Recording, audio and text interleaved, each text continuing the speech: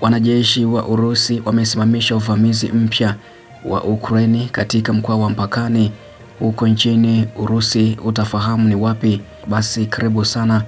naungana nami hadi mwisho wa taarifa hii. Jeshi la Urusi pamoja na walinzi wa mpaka na vitengo vya walinzi wa kitaifa wamejitenga na jaribio la kuingia mkoa wa Bryansk. Gavana wake wa kuitwa Alexandre Bogomazi ameeleza katika taarifa yake kwenye jukwaa la kijamii la Telegram siku ya Jumapili ya Oktoba 27 ya mwaka 2024, ambapo kulingana na gavana huyo, kikundi chenye silaha kilijaribu kuvuka mpaka wa Urusi na Ukraini karibu na kijiji cha Manevi kinachopatikana mpakani, ambako makazi hayo madogo yametelekezwa kwa miaka mingi zaidi.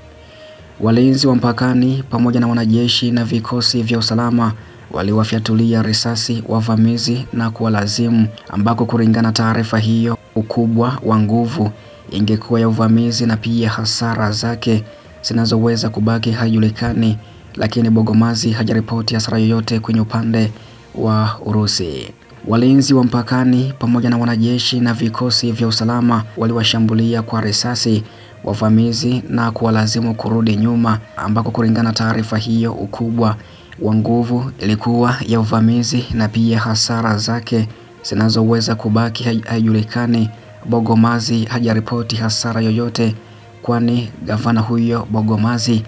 hajaripoti hasara yoyote kwenye upande wa Urusi. Na pia unaweza kupata taarifa hizo na matukio hayo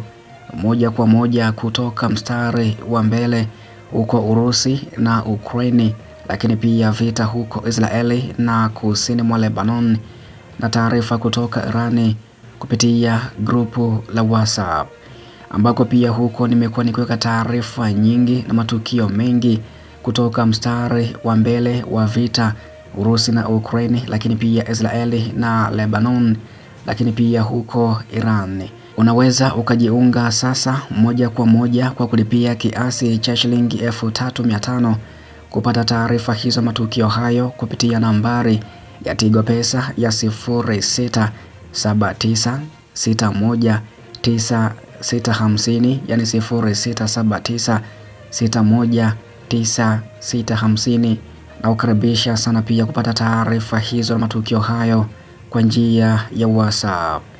Hali katika eneo hilo inasalia kuwa tulivu na eneo la mpakani sasa linadhibitiwa na operesheni za makao makuu za kikanda. Gavana huyo amesema wala wizara ya ulinzi ya Urusi wala jeshi la Ukraini hawajazungumza lolote juu ya tukio hilo kufikia sasa muda wa kutoka kwa taarifa hii. Mkoa wa Bryansk ambao pia unapakana na Belarusi katika magharibi na mikoa ya Chernigovi ya Ukraini na Sami upande wa kusini umelengwa mara kwa mara na mashambulizi ya ndege zisizo na rubani ya Ukraini tangu mwanzo wa mzozo kati ya Moscow na Kiev, ambapo wiki iliyopita ndege ya Urusi iliangamiza zaidi ya magari 100 ya angani yasiyokuwa na rubani ya Ukraini katika mkoa wa Bryansk pamoja na maeneo jirani huko Kursk, Olori na kwa uthabiti mkoani Lipetsk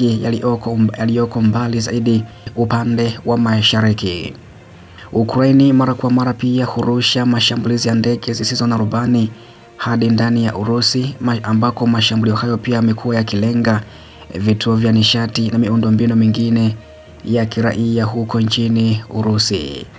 ambapo mapema mwezi Agosti pia nakumbukwa kikosi cha Kiev kilifanya mapatano makubwa na kuingia katika eneo jirani la Kursk ambalo pia linapakana na mkoa wa Sami wa Ukraini upande wa kusini, ambako vikosi vya Ukraini pia vilifanya maendeleo ya awali katika siku za mwanzo za upasuaji huo, lakini upesi viliwekwa na vikosi vya Urusi. Majeshi ya Moscow pia yamekuwa yakishinikiza hatua kwa hatua jeshi la wavamizi kutoka eneo hilo tangu wakati huo, ambako kwa kipindi cha karibu miezi miwili tangu mwanzo wa uvamizi huo, jeshi la Urusi lilifanikiwa kunyakua zaidi makazi takriban 13